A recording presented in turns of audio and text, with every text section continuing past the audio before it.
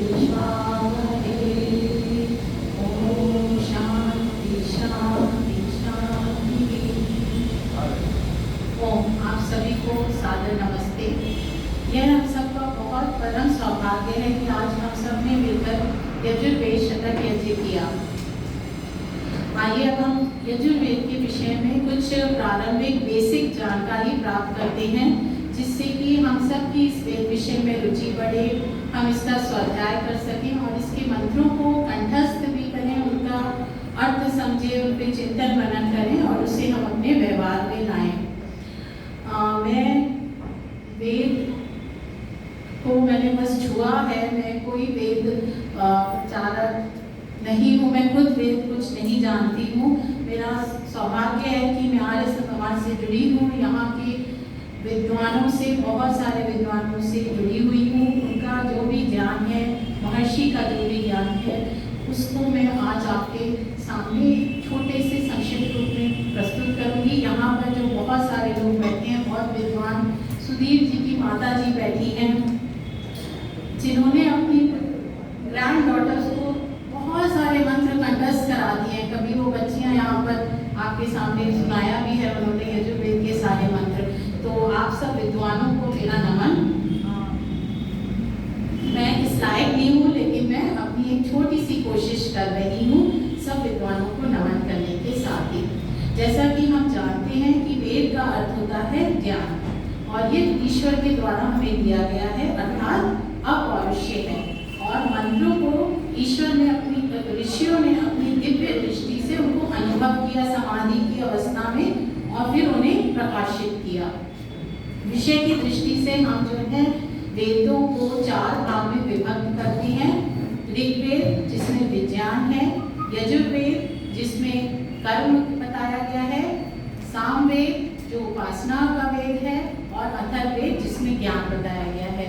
वैसे तो सभी वेदों में सारे ही विषय दिए गए हैं। जैसे आज हमने जब यज्ञ किया और हम बहुत सारे मंत्रों को अपनी हमारी जो पुस्तिका है उसमें भी आप देखते होंगे बहुत सारे मंत्र हैं जो यजुर्वेद से लिए गए हैं। तो सब वेदों में सारा ज्ञान है, पर प्रमुखता ऐसे है कि विज्ञान, कर्म, उपासना और ज्ञान ये क्रमशः ऋग्वेद, यजुर्वेद, सामवेद और अथर्ववेद में है। यजुर्वेद में 40 अध्याय हैं और कुल 1975 मंत्र हैं। और ये हमारा बड़ा सौभाग्य है कि हमें महर्षि दयानंद सरस्वती का यजुर्वेद का पूर्ण जो उनका भाष्य है वो मिलता है। और जैसा कि हम जानते हैं कि महर्षि ने निरुक्त आदि, व्याकरण आदि ग्रंथों को पढ़कर और खुद स्वयं वो समाधि की अवस्था में जाकर उन्होंने इन मंत्रों के अर्थ लिखे हैं। और जो वेदों के विषय में गलत अर्थ प्रकाशित कर दिए गए थे मध्यकालीन और उससे पहले के आचार्यों द्वारा, या फिर ब्रिटिश काल में जो फॉरेन विद्वान होते थे उन्होंने जो गलत वेदों के अर्थ कर दिए थे, तो वो हमें महर्षि के भाष्यों से उसका स्पष्ट होता है कि कितने सुंदर वेद है। मतलब हमको एक बार आदत पड़ जाए ना तो आप ऐसा आनंद आएगा कि जैसा कि वो पढ़ा गया था कि संसार का जो चकाचौंध है ना उसमें कोई आनंद नहीं आएगा। तो आइए इस थोड़ा सा मैं इसका संक्षेप में आनंद का हम सब आनंद में डूब जाएं।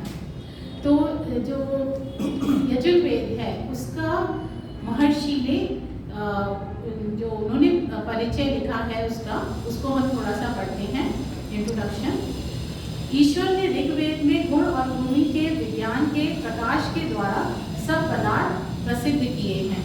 मनुष्यों को पदार्थों से जिस जिस प्रकार यथायोग उपकार लेने के लिए क्रिया करनी चाहिए और उस क्रिया के जो जो अंग का साधन है सो यजुर्वेद में प्रकाशित किया है।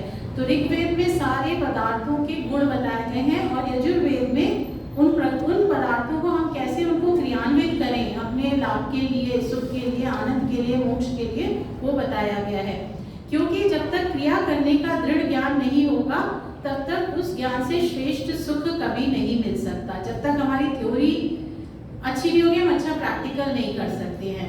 तो आप समझ लीजिए कि एक उत्तम थ्योरी जो है वो ऋग्वेद में दी गई है और उत्तम क्रिया कैसे करें वो यजुर्वेद में है।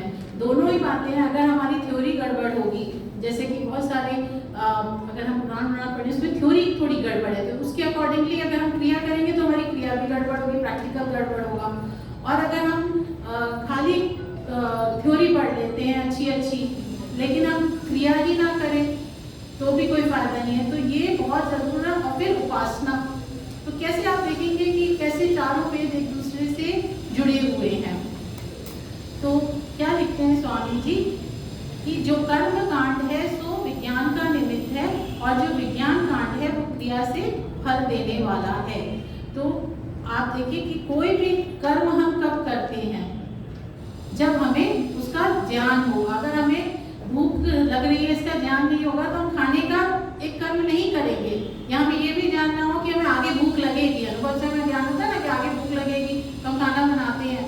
तो हम कर्म में कोई भी कर्म आप कब करेंगे, जब आपको ज्ञान होगा। और कर्म किए बिना क्या ज्ञान हो सकता है? पढ़ने के लिए आपको कर्म करना पड़ेगा।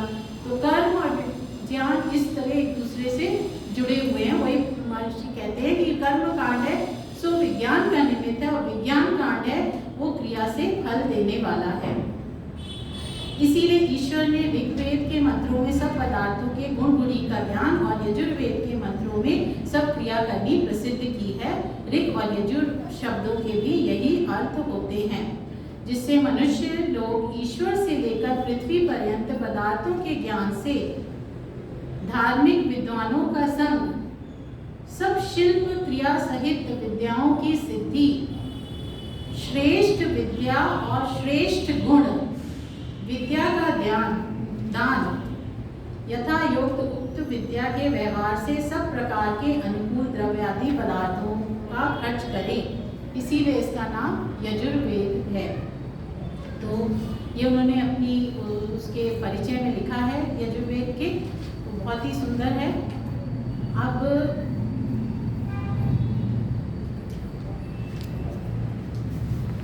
जो है हम आपको कुछ हमने पेजेस दिए हैं सबको एक, तो हम यजुर्वेद में से ही वेद के विषय में 4 चीजों को समझने का प्रयास करेंगे। पहला है कि वेदों की उत्पत्ति कैसे हुई, दूसरा कि वेद कहाँ स्थित हैं, इस संसार में कहाँ हैं वेद। अभी पुस्तक के रूप में हम ये वेद देख रहे हैं 4, कैसे, लेकिन ये वेद तो पुस्तक में बस भरा ज्ञान है, पर कहाँ है, वैसे कहाँ रहता है। और तीसरा कि हम चतुर्वेदी कैसे बने, हम कैसे चारों वेदों का ज्ञान लें। और चौथा कि क्या कौन कौन लोगों को वेद का ज्ञान लेना चाहिए। तो सबसे पहला मैंने जो मंत्र लिया है वो पुरुष सूक्त का जो 31वां अध्याय है यजुर्वेद का, उसका 7वां मंत्र है। पुरुष सूक्त, जैसा कि पंडित जी ने भी बताया हमारे प्रवचन इसके यज्ञ के दौरान, हमने उसके सारे मंत्रों से आहुतियाँ दी हैं। बहुत ही महत्वपूर्ण एक सूक्त है, अध्याय है। आप लोग सब उसका जरूर अध्ययन कीजिए, क्योंकि उसके कुछ एक मंत्रों के अनर्थ किए गए हैं, जिससे कि काफ़ी सनातन धर्मों पर वो बोला जाता है कि ये कैसा धर्म है, इसमें इतना जाति भेदभाव आदि है। परंतु अगर आप उनके सही अर्थों को पढ़ेंगे तो आप उनको लोगों की जो अविद्या है उसका निराकार कर सकते हैं, और उसको हटा सकते हैं, और स्वयं भी वो विद्या प्राप्त कर सकते हैं। तो मैंने इसमें से 7वां मंत्र लिया है, जो आपके पेजेस में पहला मंत्र दिया है। तो वेदों की उत्पत्ति किससे हुई है? कहता है कि वेदों की उत्पत्ति ईश्वर से हुई है। तस्मात् यातात् सर्वभूतः ऋचः समानि जजीरे छंदासि जरीरे तस्मात् यजुः तस्मात् अजायत। अर्थात उस पूर्ण परमात्मा से, अत्यंत पूजनीय परमात्मा से, जिसके लिए सर्वभूतः, जिसके लिए सब लोग समस्त पदार्थों को देते व समर्पण करते हैं, उस परमात्मा से ऋग्वेद सामवेद उत्पन्न हुए हैं। तस्मात् उस परमात्मा से छंदासी अथर्ववेद उत्पन्न हुआ है। तस्मात् उस परमात्मा से यजुर्वेद उत्पन्न हुआ है। तो हमें साफ पता है कि वेद जो है ईश्वरी वाणी है, अपौरुष्य है, ईश्वर ने हमें प्रदान किए हैं। एक तरह से हमारी लाइफ का मैनुअल है, और कोई भी उपकरण को चलाने के लिए हमें मैनुअल को पढ़ने की आवश्यकता होती है। इसीलिए हम सबको ईश्वर के दिए हुए उस मैनुअल का जरूर अध्ययन करना चाहिए। दूसरा मंत्र देखिए आप, हमारा प्रश्न उठता है कि वेद रखे कहाँ गए हैं। तो ये मैंने 34वें अध्याय का जो 5वां मंत्र है वो लिया है, जिस उन 6 मंत्रों से, शिव संकल्प सूक्त के मंत्रों से भी हमने आहुति डाली थी कि मेरा मन कैसा हो, शिव संकल्पों वाला हो, तन्मे मना शिव संकल्पम अस्तु। तो ये मंत्र पर्टिकुलर मन क्या कहता है, यस्मिन् ऋचा साम यजुषी यस्मिन् प्रतिष्ठिता रत्ना भाविवारः यस्मिन् निश्चितम सर्वमोतम प्रजानाम। बोलिए सब लोग, तन्मे मना शिव संकल्पम अस्तु।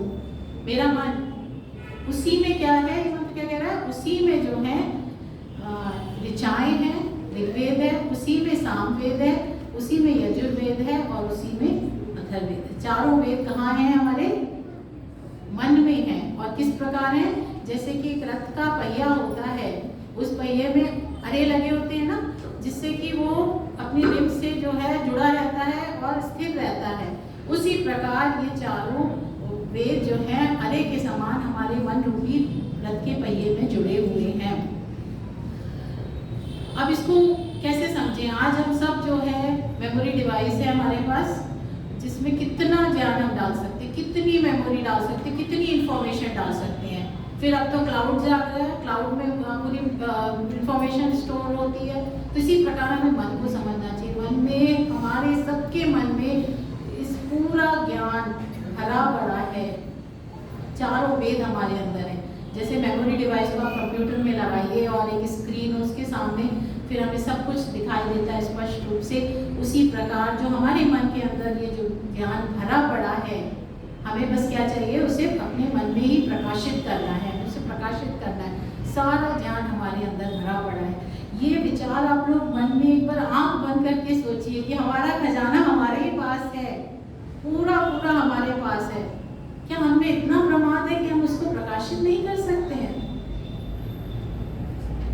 क्या हम लेंगे संकल्प कि हम उसे प्रकाशित करें? सारा ज्ञान हमारे पास है, हमें कहीं नहीं जाना चाहिए। हम समझने लगते हैं कि ऋग्वेद यजुर्वेद ये सब भरे हैं। ऐसा नहीं है कि वो शब्दों के रूप में, पुस्तक के रूप में पढ़े हैं। आगे हम समझेंगे कि किस रूप में ऋग्वेद और यजुर्वेद ये सब हमारे मन में अंदर भरे हैं।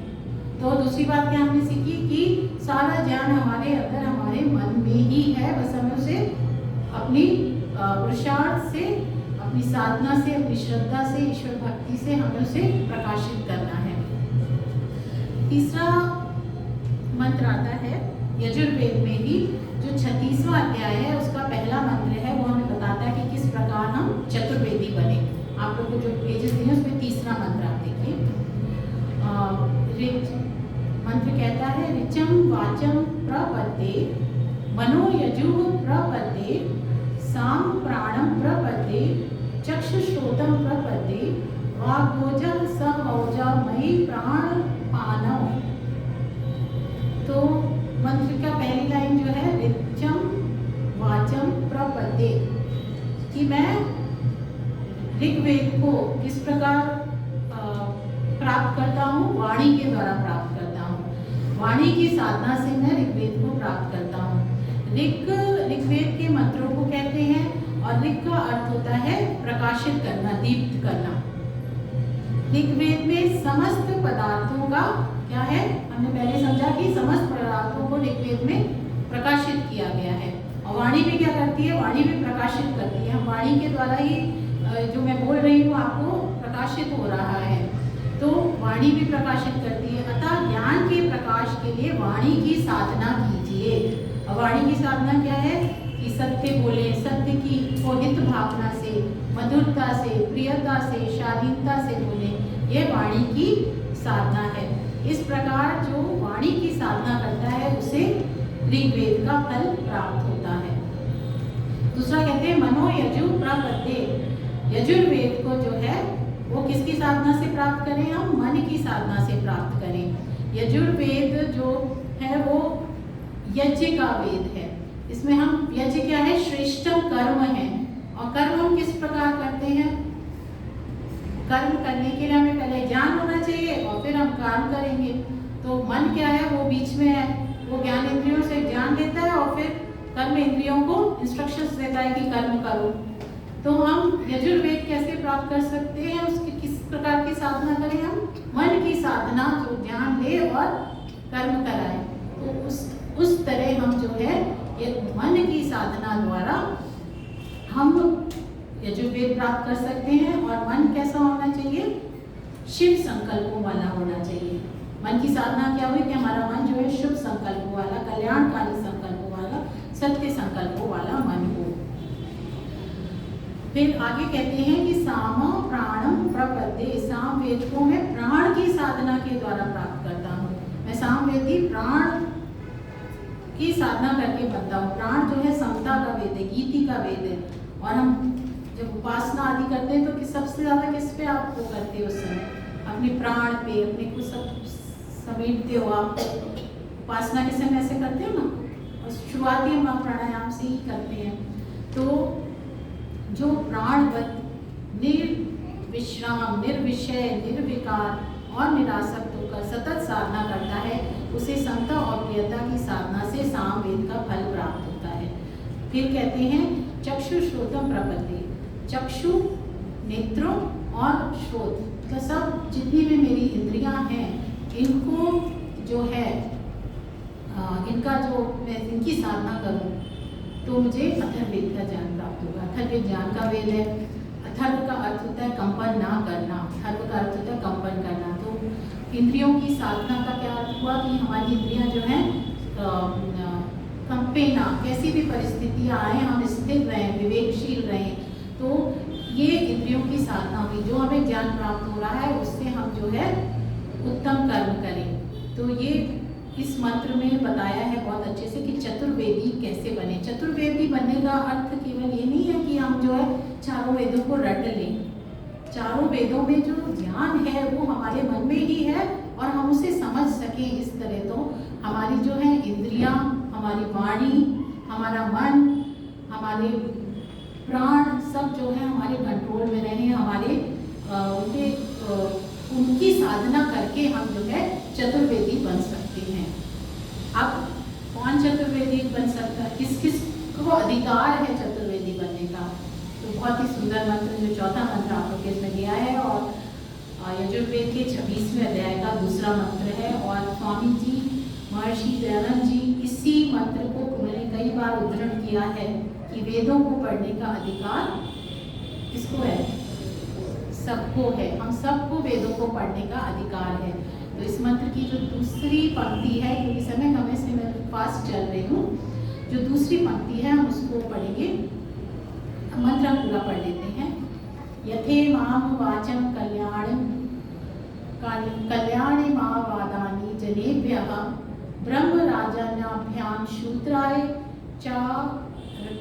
चारयाय च स्वयाय चारणाय च प्रियो देवानां दक्षिणाय दातुरिः भूयासमयं मे कामः समृद्ध्यतामुपमादो नमतु। तो ईश्वर क्या कह रहे हैं? ईश्वर सब मनुष्यों के लिए वेद के पढ़ने और सुनने का अधिकार देता है। ईश्वर कहते हैं कि हे मनुष्यों, मैं ईश्वर जैसे ब्राह्मण राजनाभ्याम, ब्राह्मण और क्षत्रिय, आर्याय वैश्य, शूद्राय शूद्र, च स्वाय अपने स्त्री सेवक आदि, च और अरणाय उत्तम लक्षण युक्त प्राप्त हुए अंत्य जग के लिए भी, जनेभ्या इन सब तुक्त पुरुषों के लिए इस संसार में इस प्रकट की हुई कल्याणी सुख देने वाली वाणी का उपदेश देता हूँ। तो ईश्वर क्या कह रहे हैं?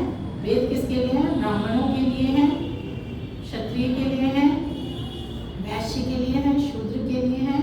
कौन कहता है कि स्त्री के लिए नहीं है? कौन कहता है कि सेवक आदि के लिए नहीं है, जो ये चारों में नहीं आते हैं?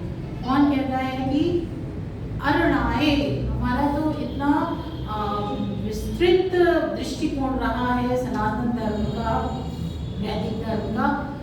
अरणाए जो लोग इन सब में नहीं आते हैं, मतलब समझ लीजिए जो भारतवर्ष में नहीं आते, जो हम इन चारों को नहीं फॉलो करते, ब्राह्मण, क्षत्रिय, वैश्य, शूद्र, जैसे बाहर से ट्रैवलर्स वगैरह आते थे, उनको आप किस श्रेणी में डालोगे? अगर वो उत्तम लक्षण वाले हैं तो वेद पढ़ने का अधिकार उनको भी है। तो कोई भी वेद से छूटा हुआ नहीं है। इसका बहुत ज़्यादा उदाहरण दिया जाता है। तो आप देखिए कितना यजुर्वेद में स्पष्ट दिया है कि वेद अपौरुषेय हैं। वेदों का ज्ञान हमारे मन के अंदर, हमारा अंदर ही हमारा वो खजाना छिपा हुआ है। हम सब जो है साधना करके चतुर्वेदी बन सकते हैं और वेदों को पढ़ने का सबको अधिकार है। अब जो है यजुर्वेद का मैं बहुत सारे डिटेल में नहीं जाऊंगी। हमने बहुत सारे मंत्र पढ़े, उसमें ज़्यादातर मंत्र हमको सबको, अगर आप लोग यज्ञ करते हैं, दैनिक को थोड़ा भी स्वाध्याय करते हैं तो आप लोग समझेंगे कि वो मंत्र हम ज़्यादातर पढ़ते हैं पूरा। उसमें ईशावास्य उपनिषद है 40वां अध्याय में, बहुत ही सुंदर सुंदर मंत्र है, वो हम आगे लेंगे। पर मैं जो है पहला मंत्र जरूर लेना चाहूँगी, क्योंकि हमें हर वेद के जो पहला मंत्र है उनको समझने का, उनको याद करने का, कंठस्थ करने का एक संकल्प लेना चाहिए। शुरू में आपको कठिन लगेगा, लेकिन हमें भी फिजिक्स वगैरह जब हम पढ़ते थे बहुत कठिन लगती थी। ये क्या पढ़ रहे हैं, टीचर ने क्या पढ़ा दिया, कुछ नहीं समझ में आता था। लेकिन बार बार चिंतन मनन करके पढ़ते हैं ना। आज लोग क्वांटम थ्योरी और क्या क्या थ्योरी पढ़ते हैं, तो क्या हम नहीं पढ़ सकते हैं? थोड़ा सा टाइम लगेगा। अगर थोड़ी सी आपको संस्कृत, थोड़ी सी शुद्ध हिंदी आती है तो बार बार उन मंत्रों को पढ़ेंगे तो याद हो जाएंगे। तो पहला मंत्र इस प्रकार है, ईशेत्वा ऊर्जेत्वा वायवस्था देवो वः सविता प्रार्थयतु श्रेष्ठमाय कर्मण आप्याय अत्वम् अगन्याय इंद्राय भागं प्रजापतिर्नमीवा अयक्षमा मावस्तेन ईशता माघशंसो ध्रुवा अस्मिन् गोपतौ स्यात् बह्वी यजमानस्य पशून् पाहि। लंबा मंत्र है और हमें कठिन भी लगता है, और मैंने भी शायद उच्चारण में किया नहीं होगी, उसके लिए मैं क्षमा मांगती हूँ। और ये जो मंत्र है आचार्य आशीष जी ने बहुत ही अच्छे ढंग से उन्होंने यजुर्वेद के भाष्य में इस मंत्र को तोड़ तोड़ कर समझाया है। हालांकि महर्षि ने लिखा ही तोड़ तोड़ कर है, पर थोड़ा हमें जब तक कोई बड़ा आचार्य समझाता नहीं है, थोड़ा समझने में प्रॉब्लम होती है। तो आचार्य आशीष जी का यजुर्वेद का पूरा एक बहुत अच्छा सीरीज है, मैं उसका लिंक आप लोगों को भेज दूँगी, तो आप लोग उसका जरूर अध्ययन कीजिएगा। तो इस मंत्र में 5-6 प्रार्थनाएं की गई हैं जिन्हें हम समझने का प्रयास करेंगे। पहली प्रार्थना आप लोग लाइन देखेंगे अभी, वाय वह स्थः श्रेष्ठमाय कर्मणे प्रार्थयतु। तोड़ तोड़ कर आएगी, क्योंकि संस्कृत में हम क्या कर सकते हैं, कोई भी पद को कहीं भी लिख सकते हैं, लेकिन उसका अर्थ सेम बना रहेगा। हिंदी के जैसे नहीं होता कि मैं जाता हूँ, मुझे ऐसे ही बोलना पड़ेगा, ऐसे नहीं बोल सकती हूँ मैं जाता, ऐसे हम नहीं बोलते हैं ना। तो उस संस्कृत में हम ऐसा बोल सकते हैं, अर्थ में फर्क नहीं आता है। तो पहली लाइन है, आप मंत्र को देखें, उसमें वायवः स्तः श्रेष्ठमाय कर्मणे प्रार्थयतु। तो क्या प्रार्थना है पहली, वायवः। वायवः क्या है, हमारे प्राण, हमारा अंतःकरण, इंद्रियां आदि जो है, जो साधन है हमारे, वो उनके लिए प्रार्थना है कि ये परमात्मा हमारे वायवः, हमारे प्राण, अंतःकरण, जो इंद्रियां हैं, श्रेष्ठ हमारे अच्छे कर्म करने में समर्थ हों और योग सर्वोपकारक यज्ञ आदि कर्मों के लिए वो संयुक्त हों। तो हमारी सबसे पहली प्रार्थना क्या की गई है कि हमारी जितनी भी इंद्रियां आदि साधन हैं वो कैसे हो, जोर से बोलिए सब लोग, कैसे हो, कैसे हो, समर्थ हो सारी इंद्रियां। हाउ इज द जोश, हम यजुर्वेद पढ़ रहे हैं, हम लोग को अंदर से वो होना चाहिए कि क्या ये जो ध्यान यहाँ मिल रहा है, कहाँ मिलता है, फ्री का मिल रहा है। तो हमारी इंद्रियां कैसी हो, सब अंतःकरण कैसे हो, समर्थ हो। ठीक है। दूसरी प्रार्थना देखिए बहुत सुंदर है। पहला शब्द जो है, ईशेत्वा ऊर्जेत्वा भागम आप्यायध्वम्। ईशेत्वा ऊर्जेत्वा, ईशे मीन्स अन्न, हमें क्या मिले, अन्न। अन्न खाए बिना रह सकते हैं या नहीं रह सकते, अन्न की प्राप्ति हो और ऊर्जा की प्राप्ति हो। हाँ, अन्न आदि उत्तम पदार्थ और विज्ञान की प्राप्ति के लिए, ऊर्जा, पराक्रम आदि पदार्थों की प्राप्ति के लिए, उत्तम रस की प्राप्ति के लिए भागम परमात्मा के लिए, कैसा परमात्मा? जो सेवा करने योग्य है, धन से भरा हुआ है, सेवनीय है, उस परमात्मा को हम कहते हैं कि हमें पराक्रम आदि गुण दो, हम तुम्हारा आश्रय लेते हैं, हम आप पे आए त्वम, अर्थात हम उन्नति को प्राप्त हों। तो दूसरी प्रार्थना में हमें, पहली प्रार्थना में हमने ब्रह्मचर्य मांगा कि हमारे इंद्रिय सारे जो प्राण आदि हैं वो जो है समर्थ हों। दूसरी प्रार्थना में हम मांग रहे हैं अन्न, ऊर्जा, तो हम पराक्रमी हो, हमारे क्षत्रिय गुण आए। पहली प्रार्थना में क्या था? ब्राह्मणत्व के गुण आए, दूसरी में क्षत्रिय के गुण आए। ईशे अन्न मांगा, किस लिए अन्न मांगा? कि हम उसे स्टोर करें और लोगों को बांटे, वैश्य के गुण आए। फिर तीसरी प्रार्थना है इंद्राय प्रजापति अन्नमीवा अयक्षमा अगन्या प्रार्पयतु। इंद्राय, इंद्राय कहते हैं ऐश्वर्य के लिए, हमें ऐश्वर्य के लिए आप क्या दो ईश्वर? हमें अगन्या प्राप्यतु, अगन्या प्राप्त करो। अगन्या शब्द आता है वेदों में गौ आदि पशुओं के लिए। अगन्या का अर्थ होता है जो जिनके प्रति हिंसा ना की जाए, अहिंसक रहे हम। तो ऐसे पशु हमें प्राप्त कराओ। कैसे हो? प्रजावती, बहुत प्रजा वाले हो, बहुत संतानें वो उत्पन्न करें। अन्नमीवा अयक्षमा, वो रोग रहित हो। ऐसे जो है हे ईश्वर हमें पशु प्राप्त कराओ। पशुओं को प्राप्त करने के लिए हमें उनकी सेवा करनी पड़ेगी। तो हमारे अंदर कैसे आए गुण? सेवा के गुण आए। शूद्र का गुण क्या है? सेवा करना, वो गुण आए। चारों गुण मांगे हमने ईश्वर से। अब हमको यहाँ पे थोड़ा सा अजीब लग सकता है कि हम ईश्वर से पशु मांग रहे हैं।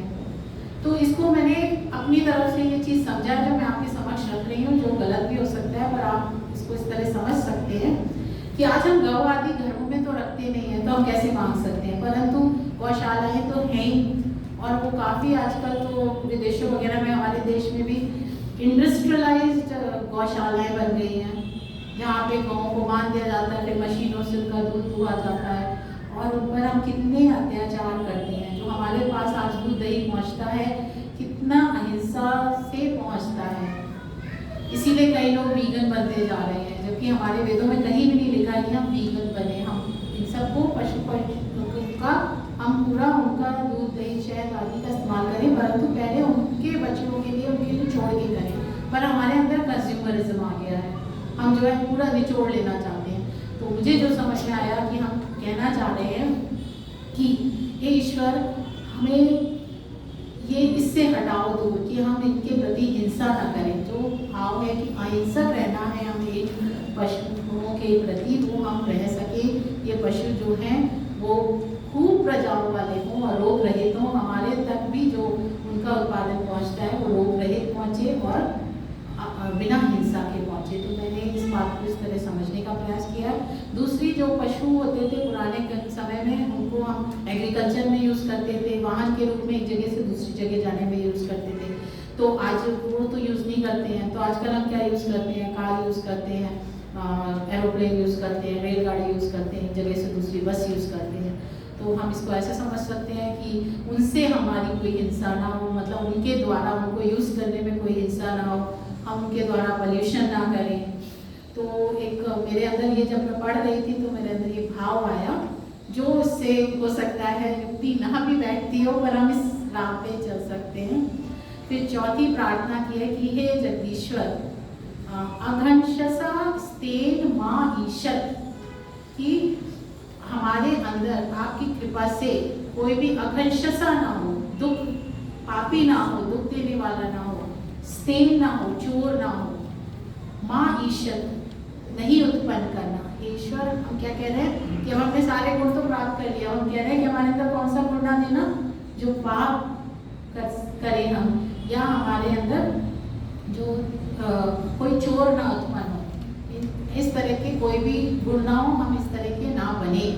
पांचवी प्रार्थना है यजमान पशुन पाही, कि आप यजमान, यजमान हम सब यजमान हैं। कैसे यजमान हैं? परमेश्वर और सर्वोपकार धर्म के सेवन वाले मनुष्य को। महर्षि का ये बहुत अच्छी बात होती है कि बहुत अच्छे से शब्द को, जहाँ पर जो अर्थ है वो समझाते हैं कि यजमान हमारे लिए कहा गया था। हम सीधा सीधा बोल सकते थे यजमान मतलब मनुष्य। उन्होंने क्या बोला, यजमान का क्या गुण है, परमेश्वर और सर्वोपकार धर्म के सेवन करने वाले जो मनुष्य हैं वो यजमान है। उनके जो पशु हैं मतलब हमारे गौ, घोड़े, हाथी, लक्ष्मी और प्रजा आदि जो हैं उनको बाही निरंतर आप रक्षा करिए, जिससे कि इनको हरने में कोई भी दुष्ट समर्थ ना हो।